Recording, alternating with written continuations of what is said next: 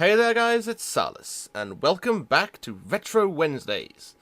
This week we're taking a look at a game produced by Sega, that company I can't pronounce. But first I want to show you this. This is fantastic. I love this little opening. In case you haven't guessed it, this week we're looking at the 90s classic Lemmings. Aren't they adorable?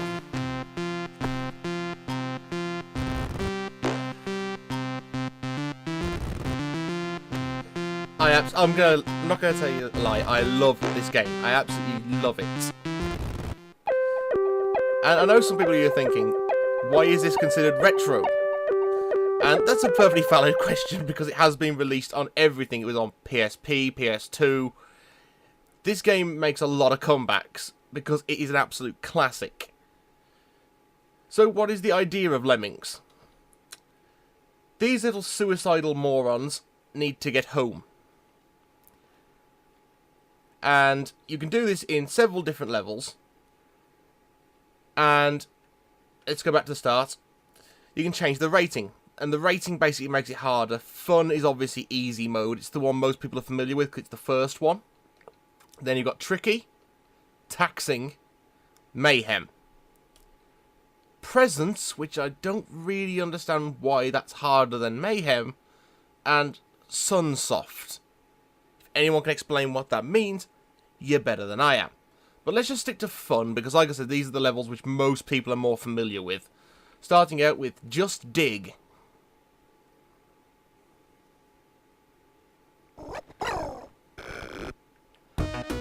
Now, at the bottom of the screen, you've got all these little things you can select. I've just selected Digger Lemming, and he does exactly what it says on the tin. He digs. Not much else to it. And the idea is you've got to get these little suicide creatures into one of these gateways. And it does get a lot harder later on. These levels are very much an introduction. But one of the things I think that most people remember about Lemmings is its soundtrack. For a game about creatures hell-bent on killing themselves, the soundtrack is hilarious because it's all the happiest music you'll ever hear in your life. Okay, level 2, only floaters can survive this. No prize for guessing what you've got to do. Go down to the bottom of the screen, select floaters. And every time they end up in a little square on your crosshairs, that's when you can actually tell the lemming to do something. So it's a case of just waiting for some of them. Later levels do get a bit trickier and you have to, like, separate them up a bit. And that'll bring us to a lemming we'll get to in the next level. So let's wait for these little suicidal creatures to get to their door.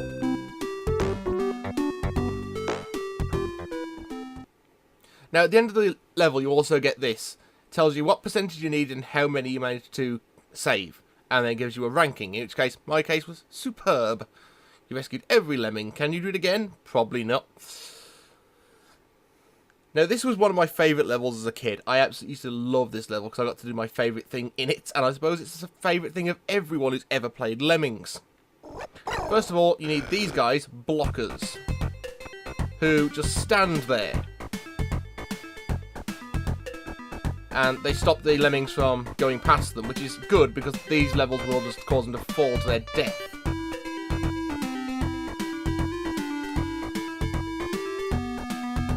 Right, come here. There we go. Now, the lemmings will also only follow a set pattern. They will walk until they can't walk any further, then turn round. If you want to finish the level quicker, you can speed it up by doing this. And that speeds up the rate at which the lemmings drop out of the magical hatch in the sky. And obviously that makes the level end a lot faster. While we do this, I'm going to tell you what all these ones are. You've got the floater, the bomber, blocker, builder, thrower. Oh no, sorry, it's the basher in Lemmings 1. Miner, digger, and climber. But I think the thing most people remember doing to their lemmings is this. Turning them into little suicide bombers. In later games, well, say later games, later releases of this game, they added a little sound effect when you made them all into bombers. They'd go, oh no, and then explode. This is one where you have to use two different types of lemmings. This is now use miners and climbers. The fun levels, everything's very much spelled out for you. So the first thing to do is select the miner lemming. And much like the digger, he digs a hole. But the miner goes diagonal.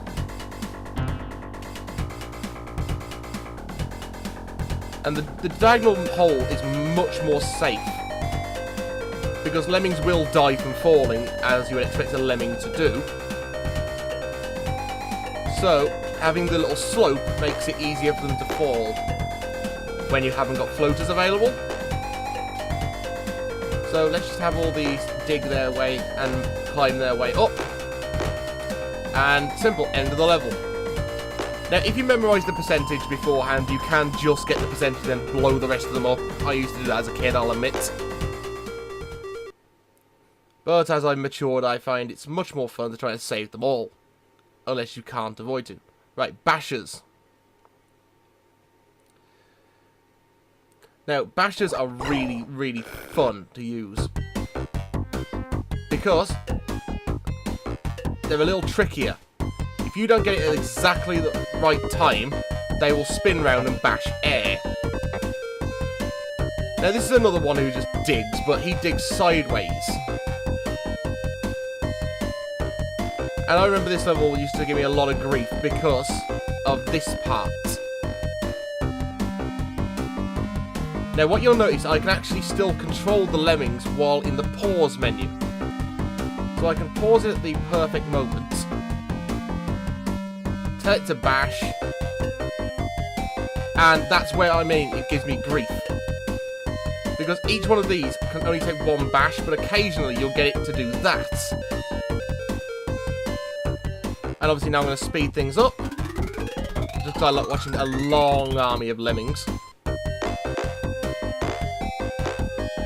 The settings for these levels are actually really diverse as well. I mean, this one's highly crystalline in appearance. We had one that was kind of Egyptian. One that was kind of metallic, kind of Age of Iron type thing.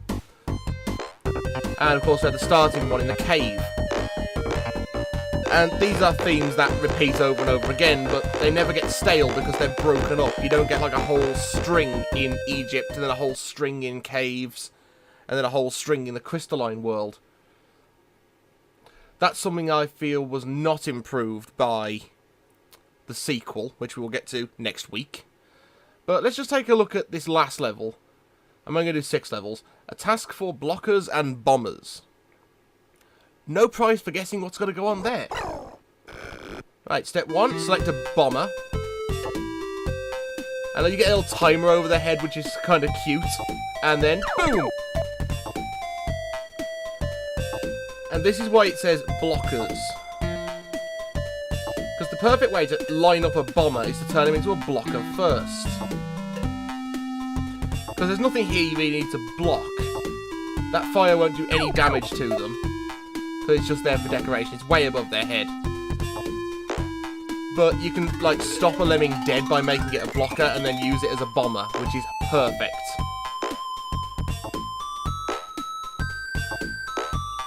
And going back to my previous point, as you can see, we're in hell. For some reason. Why lemmings decided to fly their balloon over hell, I will never understand, but they did. Also, I like doing this. Turning them on into suicide bombers right before they leave. Mostly because I like to think once they've got through, they kill all of their family. I'm not strange. So what can I say about Lemmings, apart from the fact that it seems to go on forever, because this game will keep getting iterations on almost any console ever released ever. But that's why we love it.